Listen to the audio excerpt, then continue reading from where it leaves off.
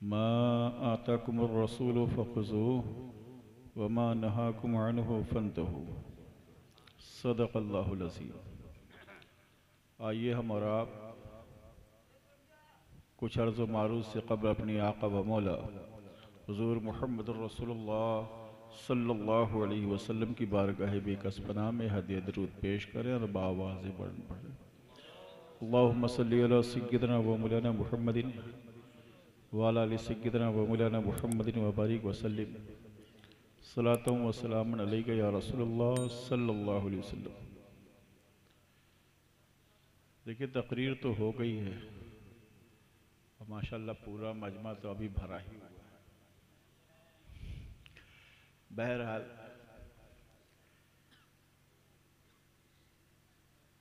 ये जलसे में इससे पिछले साल भी मैं आया था। इसमें हज़रत अल्लामा मुफ्ती हम्माद साहब आए थे। उस वक्त का भी मंज़र यही था कि मुफ्ती हम्माद साहब गए थे तो यही मंज़र था, आज भी वही मंज़र है। बहरहाल जो लोग भी हैं, मैं आप लोग काबिल मुबारकबाद है कि इस गांव में इतनी रात तक बैठे हैं, वरना तो अच्छे अच्छे जलसों में लोग 12 बजे के बाद भाग जाते हैं। आप लोग बैठे हुए हैं, आप लोग काबिल मुबारकबाद है। देखिए, मैंने आयत मुक़द्दसा की तिलावत की कि मा आताकुमुर रसूलु फ़ख़ुज़ूहु व मा नहाकुम अन्हु फ़न्तहू। रसूल जो तुम्हें दें उसे ले लो, जिससे मना फरमाए उससे बाज रहो। हम मुसलमान हैं, हमारी ज़िंदगी का एक एक लम्हा रसूलुल्लाह सल्लल्लाहु अलैहि वसल्लम के बताए हुए तरीक़े पर चलना चाहिए। अगर वाकई हम मुसलमान हैं और सिर्फ कहने के लिए हम मुसलमान हैं तो उसका कोई मतलब नहीं है। मुसलमान वही है कि जो रसूलुल्लाह सल्लल्लाहु अलैहि वसल्लम ने जिस चीज़ का हुक्म दिया है उसको करे और जिससे मना फरमाया है उससे बाज रहे। अल्लाह के रसूल ने हमें क्या कहा? नमाज, रोज़ा, हज और ज़कात करने के लिए कहा है। बहरहाल मैं इस गांव, हालांकि मेरा इलाका है, ये मेरे पड़ोसी है, मगर मैं उतना तो जानता नहीं हूँ। ये हज़रत हाफिज़ अब्दुल रशीद साहब क़िबला बताएंगे कि इस गांव में मस्जिद तो बड़ी माशाअल्लाह आलीशान है। देखिए, हम लोग मस्जिद बना लेते हैं, मस्जिद बनाना कमाल नहीं है, उसके पेट को भरिए। नमाजों में आप मस्जिदों में पहुंचिए, वो ज़रूरी है। सिर्फ हमारा किरदार क्या है? हम कहने के लिए मुसलमान हैं, मगर आप अपने गिरेबान में झांक करके देखिए, हमारा कोई ऐसा अमल, कोई ऐसा किरदार नहीं है कि कोई गैर देख करके कहे ये मुसलमान है। ये मैं बता रहा हूं, ये जमाने के हालात ऐसे हम लोगों के। हम सिर्फ कहने के लिए मुसलमान हैं, हमारा कोई ऐसा अमल नहीं है कि जो रसूलुल्लाह के बताए हुए तरीके पर चले। हम अपनी जिंदगियों को अय्याशियों में गुजारने के लिए तैयार हैं। हम मस्जिदों से, नमाज, रोज़ा, हज और ज़कात से हम दूर भागते हैं। हमारा माशरा क्या कह चाहता है कि हम दुनियादार लोगों को अपना आइडियल बनाने के लिए तैयार रहते हैं। दुनियादार को आइडियल बनाओगे तो दुनियादार काम नहीं आएगा।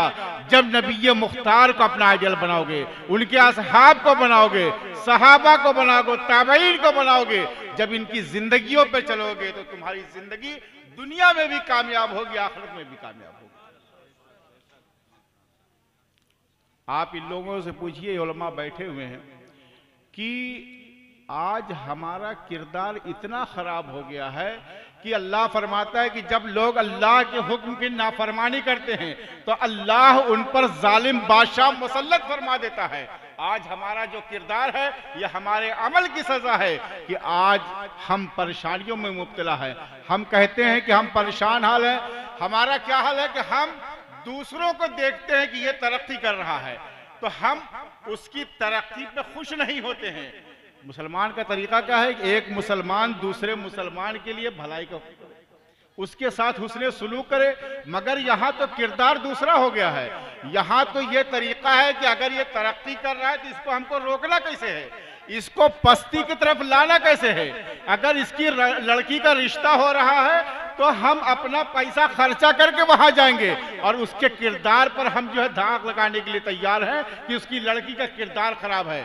अरे मेरे भाई, हम मुसलमान हैं, हमारा किरदार ये नहीं है। हमारा किरदार तो ये है कि हम लोगों को भलाइयों के हुक्म दे, कि आया है कि कुंतुम खैरा उम्मतिन उखरिजत लिन्नास तामुरून बिल मारूफ व तनहौना अनिल मुनकर।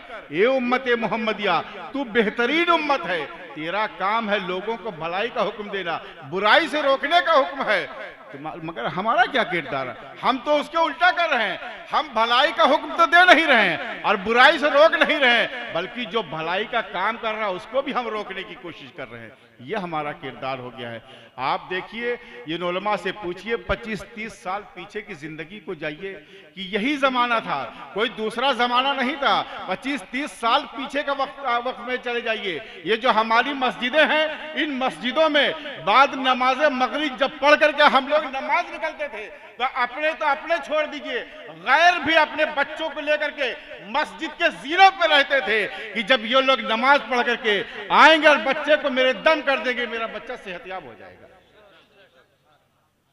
होता था कि नहीं होता? अब जो लोग जो है 25 साल 20 साल को उनको नहीं, मगर जो 25-30 साल पीछे जाएंगे उनसे पूछिएगा, अपने वालिदैन से पूछिएगा, अपने माँ बाप से पूछिए कि आखिर वो चीज क्या थी, वो तरीका क्या था, उस जमाने में क्या था। लोगों के पास पैसे कम थे, लोगों के पास खाने के लिए बहुत पैसे कम थे, बास वक्तों में लोग फाका करते थे, मगर अल्लाह के रसूल की शरीयत को मजबूती से पकड़े हुए थे, जिसका नतीजा यह था कि जमाना हम लोगों की तरफ मुतवज्जे रहता था। आज मैं बताऊं, हजरत सैयदना फारूक आजम रज़ी अल्लाह अन्हु ने दरियाए नील को जो खत लिखा था, वो क्या था?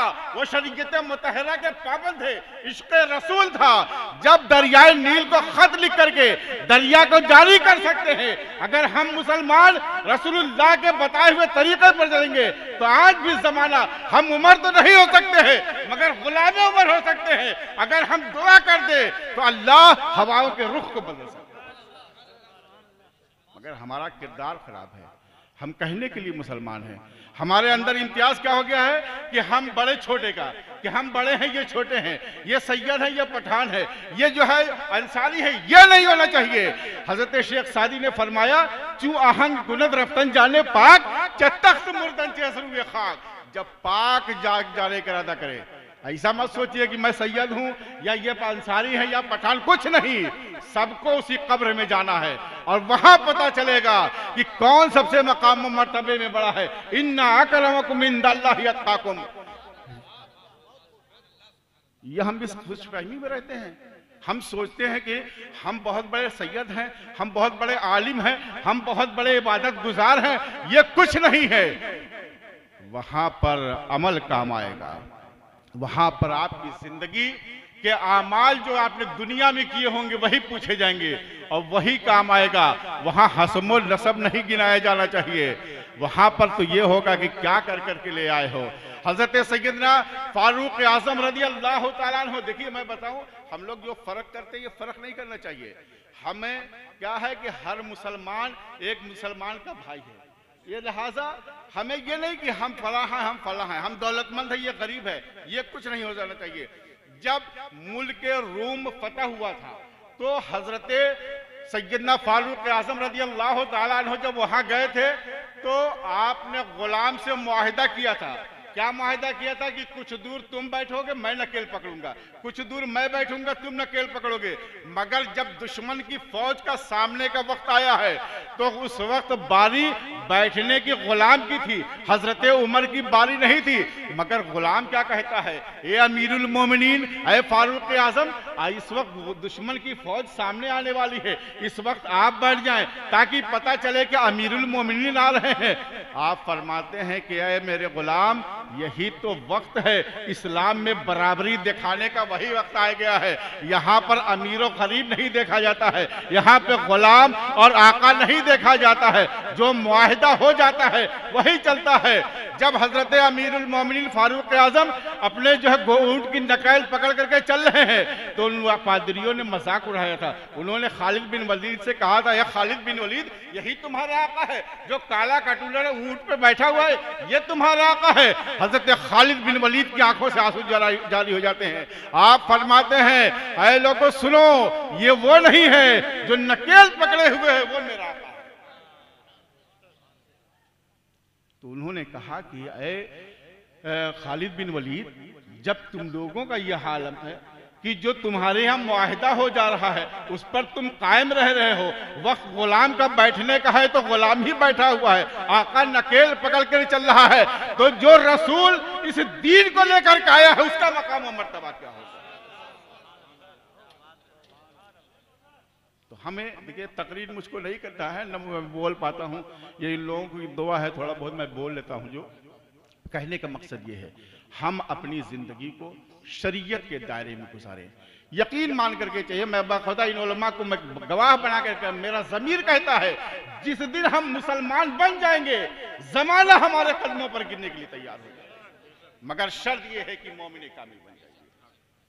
हजरत फारूक आज़म जब हज्जे बैतुल्लाह के लिए जा रहे हैं, मकाम दजरान में पहुंचे हैं, वही उमर इब्न खत्ताब है कि जब आप के वालिद आपको ऊंट चराने के लिए देते हैं, आपसे 5 ऊंट नहीं संभलते हैं, आप के वालिद कहते हैं इनको लाइन से लगाओ, लगाते हैं, लगा ही नहीं पा रहे हैं, आप परेशान हाल है। आपके असहाब ने पूछा कि अमीरुल मोमिनीन यहाँ क्यों रुक गए, यहाँ पर क्या है? आप फरमाते हैं कि यहाँ पर मेरी एक वाबस्ता, एक याद वाबस्ता है, जो मैं हालत कुफ्र में था और मेरे वालिद मुझको 5 ऊंट चराने के लिए देते थे, और जब मैं चरा लेता था तो कहते थे कि इनको लाइन से बांधो, लाइन से खड़ा करो, मगर मैं खड़ा नहीं कर पाता था।